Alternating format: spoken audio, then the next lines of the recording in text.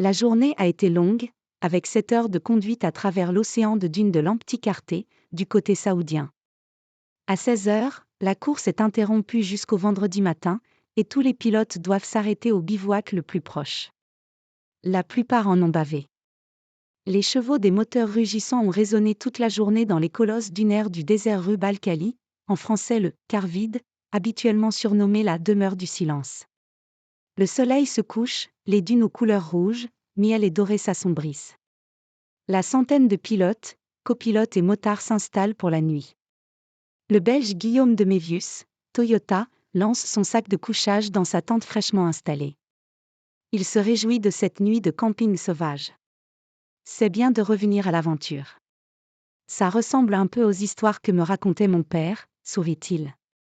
Depuis quelques années, les bivouacs XXL sont de mise sur le Dakar, avec cantine et camping-car tout équipés pour les grosses écuries. L'organisation a souhaité mettre en place cette sorte de retour aux fondamentaux du mythique Rallye Raid avec une étape en 2 jours, avec pour l'entrecouper une nuit à passer à la Belle Étoile, avant de repartir à l'aube.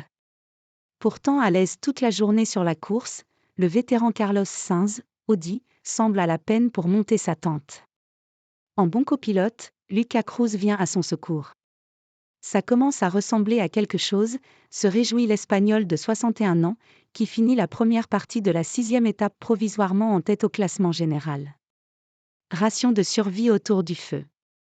18 heures, c'est l'heure des poules.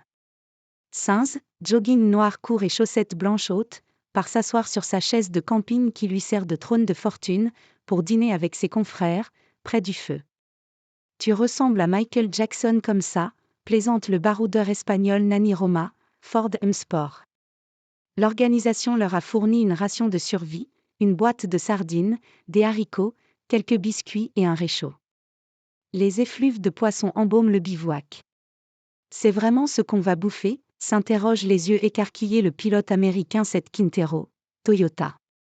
D'autres ont été plus malins en prenant des victuailles dans leur sac.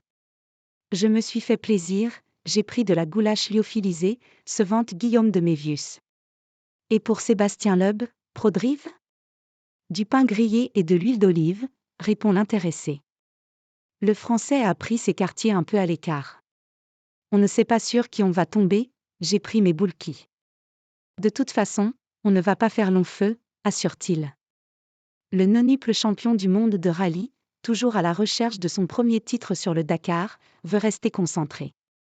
Il a tenté un coup de poker la veille en perdant volontairement du temps pour partir de plus loin et optimiser sa course. Le réveil est prévu vers 5 heures avec un premier départ pour la spéciale à 6h20. D'autres ont l'esprit plus léger avant de rejoindre leur tente.